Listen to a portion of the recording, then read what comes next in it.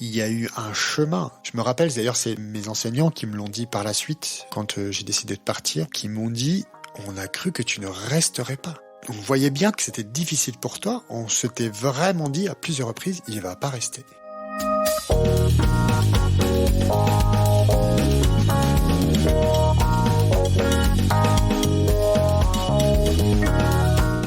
Bonjour à toi, ou bonsoir. Bienvenue dans le podcast Chronique d'une résilience méconnue. Ou encore, ma quête de la pleine santé, où je te partage mon chemin de guérison de maladies chroniques et des récits de voyage. Pour moi, les deux sont inséparables. J'ai investi beaucoup d'années de recherche et d'expérimentation pour retrouver enfin ma pleine santé et ma liberté. Je n'ai pas la solution, mais j'ai trouvé des voies possibles, des raccourcis, et je t'invite à écouter, voir si cela peut aussi t'aider. Dans ce podcast, ces épisodes, je vais te raconter mon histoire pour que toi aussi tu puisses améliorer ta qualité de vie. Je te dis à tout de suite. Prends soin de toi. Salut.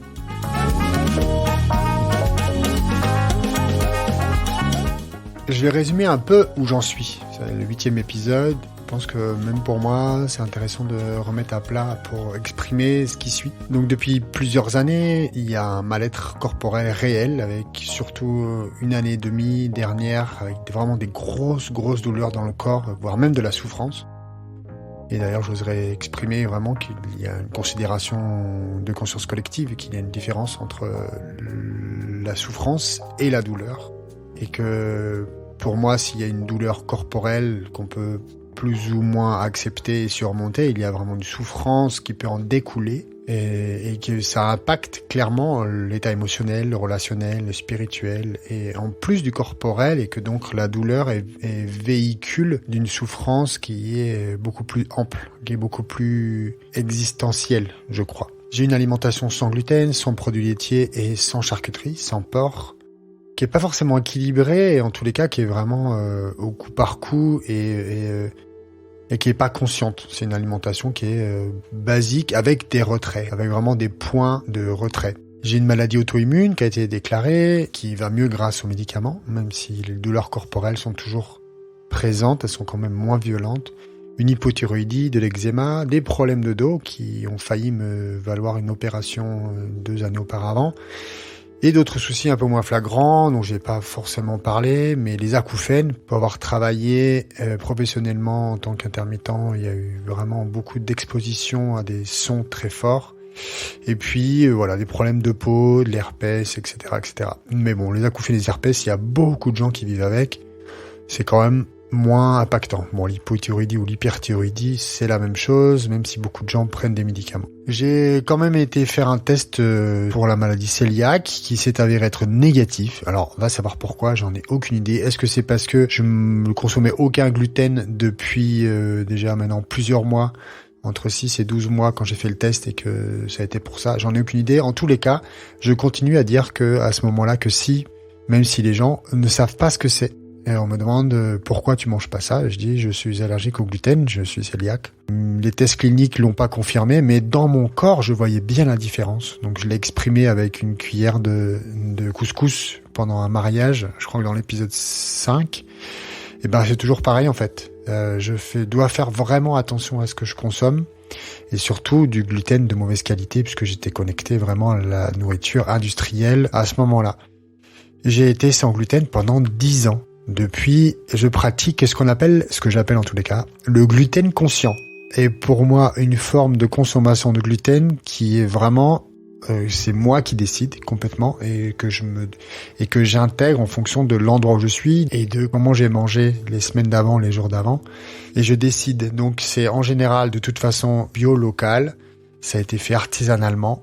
D'ailleurs, je consomme très peu de produits industriels. Alors, je me suis nourri de documentaires pour ça. J'ai eu une expérience de vie qui m'a appris à vraiment les éliminer.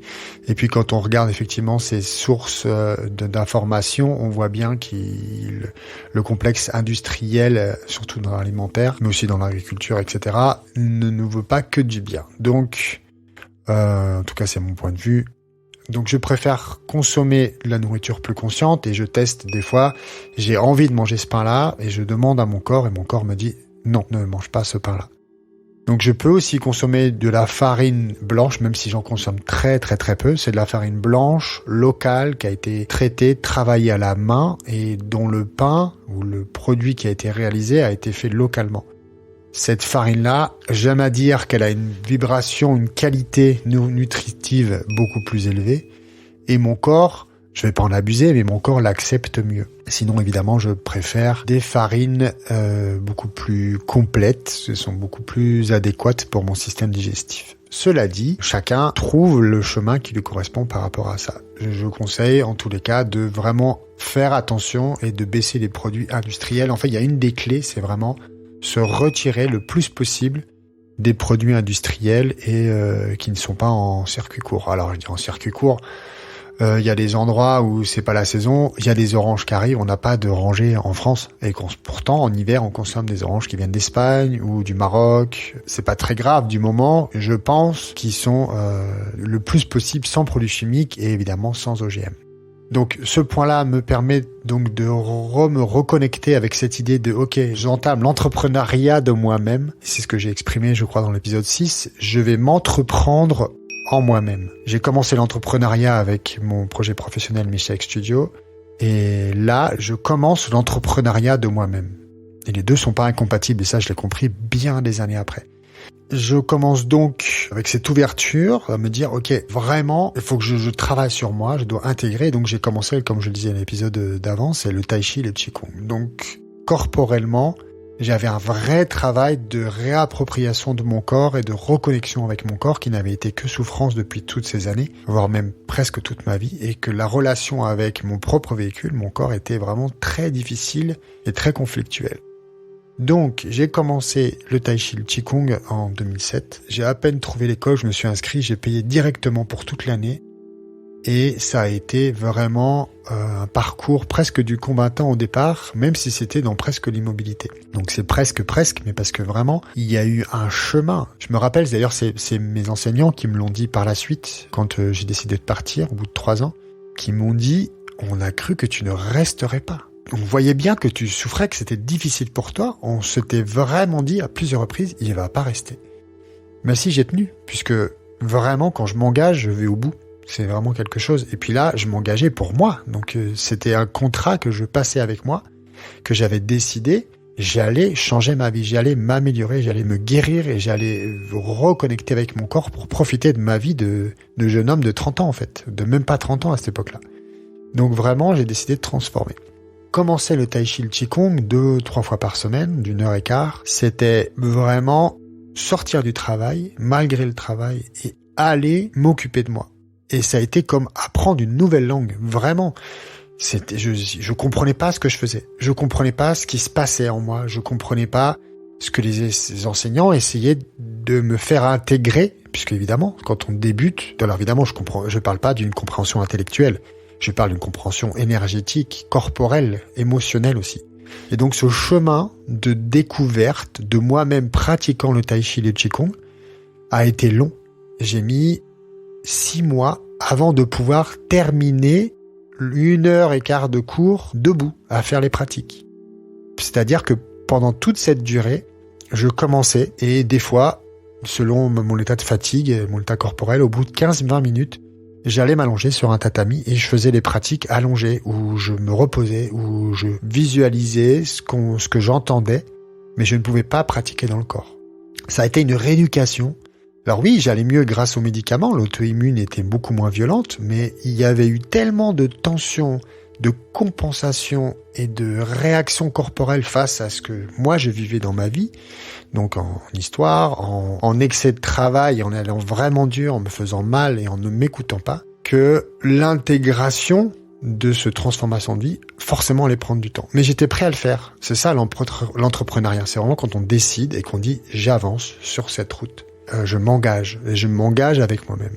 Donc, durant ces 6 premiers mois, je n'ai quasiment pas pu terminer les cours debout, en faisant les pratiques comme les autres.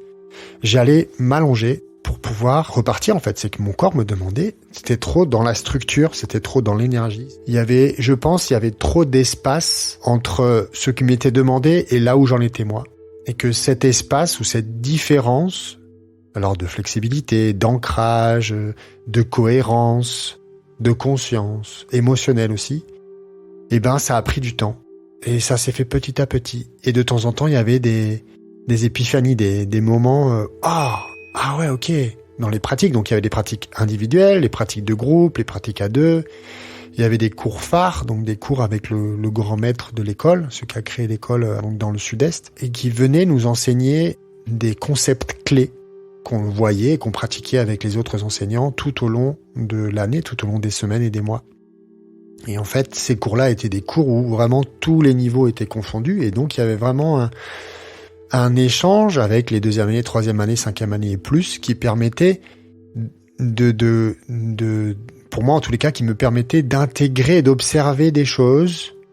Et c'est à ce moment-là qu'il y a eu des moments vraiment de « Ah ouais, ok, je clique, ah, vraiment des trucs qui se passent, ok ». Donc pour moi, c'est vraiment amplitude de ma conscience corporelle, amplitude de la conscience de ce que sont les corps entre eux, le corps dans le monde, dans la relation, dans son expression de nature humaine en fait. On a tous un corps qui est semblant par rapport à d'autres espèces. Et donc, dans cette corrélation de mouvement ou de conscience corporelle, j'ai appris à découvrir mon corps différemment et à conscientiser les interconnexions entre les muscles, les tendons, les os, les muscles profonds, les muscles plus en surface, les muscles plus puissants, les muscles moins puissants, les muscles qui soutiennent, les muscles qui explosent, etc. Donc ça a été un travail long et ça a été très très très passionnant puisque j'ai fait les 3 années d'école donc à Montpellier-Nîmes et quand je suis parti, j'ai continué à pratiquer pendant mon tour du monde en 2010-2011 et j'ai continué à pratiquer très très très régulièrement et la forme qui a 100 000 mouvements de ce Tai Chi Yang originel et d'exercices de Qigong et ça a duré des années dans lesquelles j'ai pratiqué. J'ai profité aussi, tellement j'étais passionné, de me certifier, de me diplômer, d'étudier, de passer des certifications d'instructeur, d'enseignant de Tai Chi, de Qigong en Argentine quand j'habitais à Buenos Aires. Auquel j'ai ajouté, j'étais tellement mal à cette période-là aussi, que j'ai aussi rajouté d'autres dimensions du travail avec l'invisible. Géobiologie, Reiki, connexion à d'autres plans de conscience. D'ailleurs, c'est à ce moment-là que j'ai passé tous les niveaux de lecture de registre akashique. Et ça a été une grosse révélation pour moi aussi, cet outil-là. C'est pour ça que quand j'étais au Chili et que j'ai commencé à faire des soins, à avoir des patients et à explorer avec plusieurs outils que j'avais intégrés, j'ai vraiment ouvert encore plus la pratique aux essais, à la recherche, à l'étude de mon propre corps, de qui je suis, avec le reste de mon entourage, avec les plantes, avec les arbres, avec le cosmos. J'en reparlerai à un autre moment. Pour l'instant, c'est un peu tôt, mais en tous les cas, ce début de connexion à mon corps a été vraiment révélateur dans ma guérison, a été révélateur dans la transformation de ma relation à moi-même et de ma relation au monde.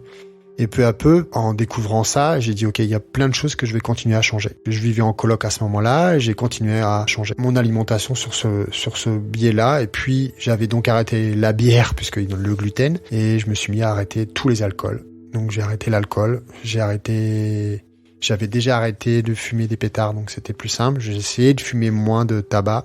En tout cas, je m'orientais vers du tabac beaucoup plus sain, avec moins d'additifs. Puis ça a été long de toute façon, ça a pris beaucoup de temps et j'ai continué à intégrer par la suite à arrêter la viande, arrêter les viandes, arrêter le café et arrêter plus encore d'aliments pour continuer à me découvrir et à évoluer dans ce chemin de guérison. Donc en fait, c'était vraiment débuter de zéro et intégrer grâce à mon chemin personnel, mais aussi grâce à la pédagogie, à la présence des enseignements de cette école-là. Ça m'a vraiment permis de redécouvrir une douceur envers moi-même aussi, même si c'était dur. J'ai bien vu que sur la durée, il y avait une forme de douceur envers mon corps et de bienveillance envers lui qui commençait à naître et à prendre place. Et ça a été assez révélateur et assez transformateur sur la durée. Ça a été assez magique. Apostrophe littéraire. Je parle de bouquins, quoi.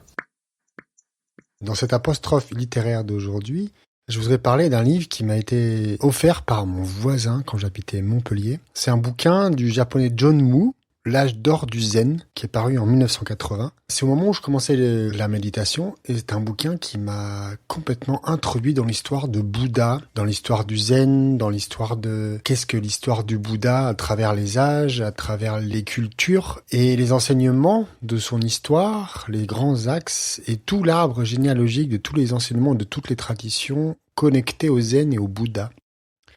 Une des citations, ça va être le corps est l'arbre de l'illumination. Bon, je prends une citation parmi les centaines de pages, et en fait, elle est vraiment connectée avec l'état dans lequel j'étais à ce moment-là, quand j'empruntais cette route de pratique.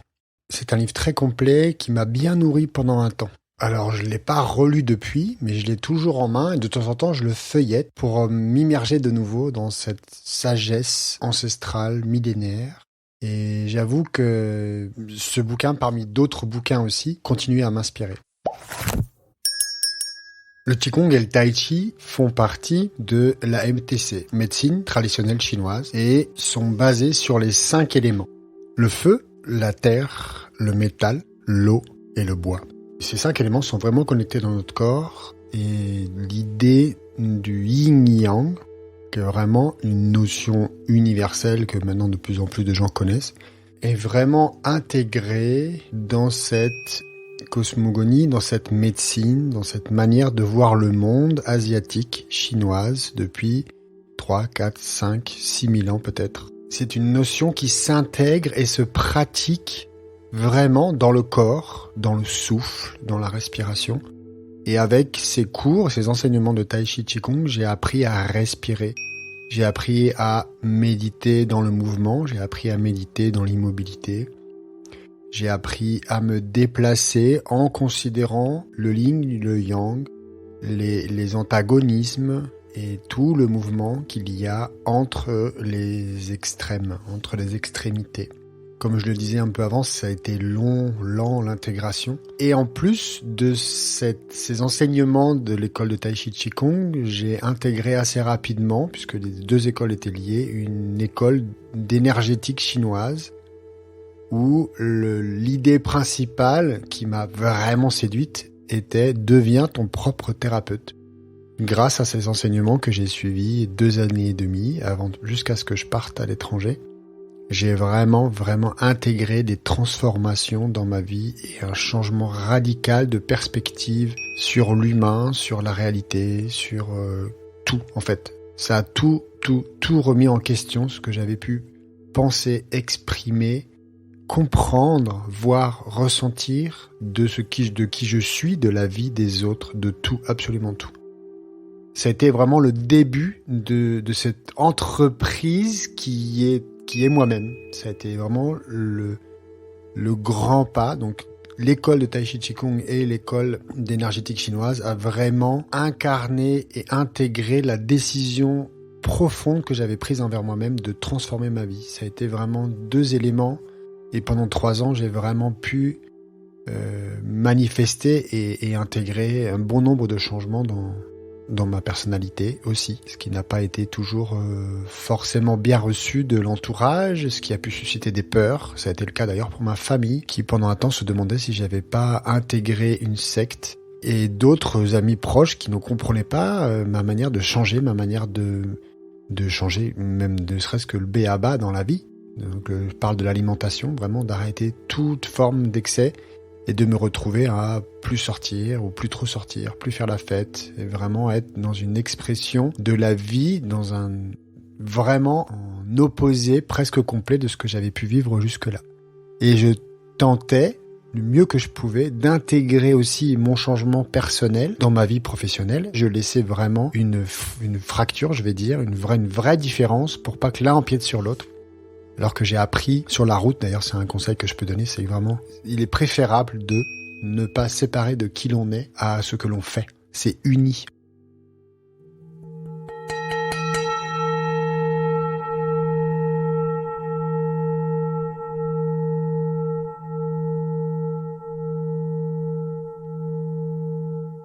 Respirons profondément ensemble.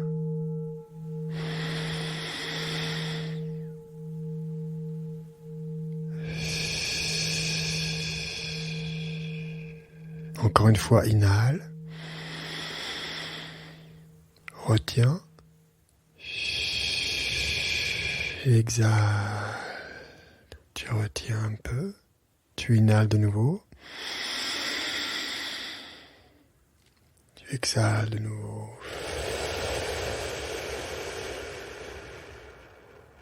Essaye l'espace d'un instant d'intégrer ce que tu viens d'entendre, ce qui t'a dérangé, ce qui t'a interpellé, ce qui t'a conforté. Intègre dans ta respiration ces informations sans les juger. Puis, nous allons faire un home ensemble. Je le conseille de faire les yeux fermés, mais évidemment, si tu conduis, ou que tu es en vélo, ou que tu es dans une situation où tu ne peux pas fermer les yeux, bien sûr, ne les ferme pas, s'il te plaît. Pour les autres, que tu sois assis à un arrêt de bus, ou en pleine nature, ou debout, ferme tes yeux, inspire, remplis tes poumons de cet oxygène de vie, et ensemble, faisons un home. Si tu n'as pas l'habitude, peu importe, tu fais Sinon, ouvre ta bouche doucement. C'est parti.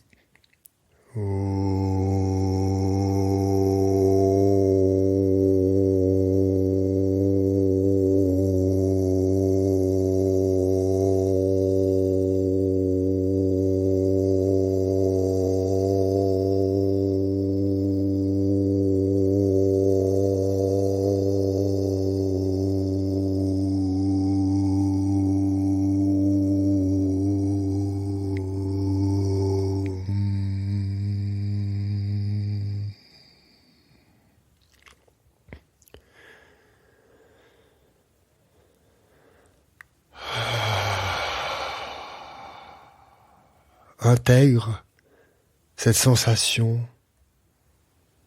cet état. Accueille.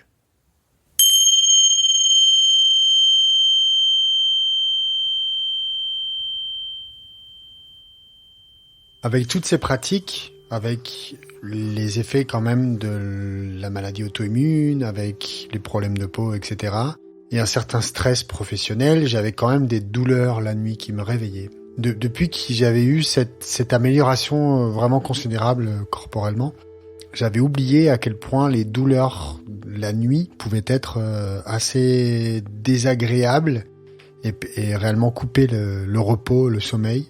Et ça me rappelle d'ailleurs il y a quelques années où j'étais à Paris, 6 ans quand même, où à certaines périodes, quand j'utilisais beaucoup mes mains, quand je construisais des décors sur plusieurs jours, et qu'il y avait vraiment un travail physique avec la visseuse, avec la scie sauteuse, la circulaire ou la ponceuse, et à monter, à charger les camions, et à installer, et à construire, je me rappelle que mes mains étaient tellement gonflées et ankylosées, tellement gonflées et abîmées en fait d'être utilisées autant, que la nuit ça me réveillait et que en plus des massages à l'arnica, je plongeais mes mains dans les bassines d'eau glacée de manière à vraiment réduire fortement la douleur. Et ça faisait partie des aléas. J'acceptais de me faire mal. J'acceptais à l'époque, j'avais vraiment pas vraiment de douceur envers mon corps. Il fallait que je vive des choses intensément et j'avais pas encore la graine de la conscience de soi qui avait été semée, ou en tous les cas elle n'était pas nourrie. Le fait de pratiquer le tai chi est vraiment, comme je disais il y a quelques minutes, d'amplifier la conscience de moi, de mon corps, de comment ça fonctionne à l'intérieur, non seulement intellectuellement mais aussi énergétiquement, émotionnellement et peut-être à d'autres niveaux. Il y avait des choses qui se transformaient et ça réveillait des vieilles douleurs, ça faisait ressortir des vieilles douleurs. Dans cet épisode, vraiment, j'ai tenté de t'amener le plus proche possible l'histoire de comment j'ai vécu les débuts de pratique de Qigong et de Tai Chi dans une dynamique régulière à intention de guérison, de transformation de moi-même. J'ai pu parler de notions d'échange en médecine chinoise, j'ai pu parler d'intégration de ce qu'est le mouvement en soi dans le corps, de ce que ça a pu transformer. J'ai aussi évoqué un livre qui est vraiment une des bases pour moi de la modification de ma conscience par rapport à l'histoire de la méditation.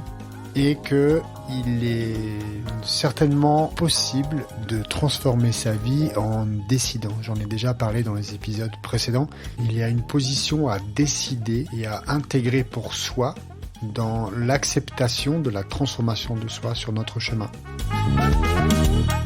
Merci d'avoir écouté. Si le contenu te plaît, si tu aimes ce que tu écoutes, ce que tu entends, je t'invite à mettre un commentaire, mettre des étoiles sur tes plateformes favorites et partager avec tes amis, ton réseau. Ce serait une bonne manière pour moi d'avoir ton retour aussi. Je te rappelle qu'il y a la page Facebook Chronique d'une résilience méconnue ainsi que mon Instagram Benjamin Bossu sur lesquels tu peux me contacter. Encore merci pour ton écoute. Prends soin de toi et je te dis à la semaine prochaine. Salut!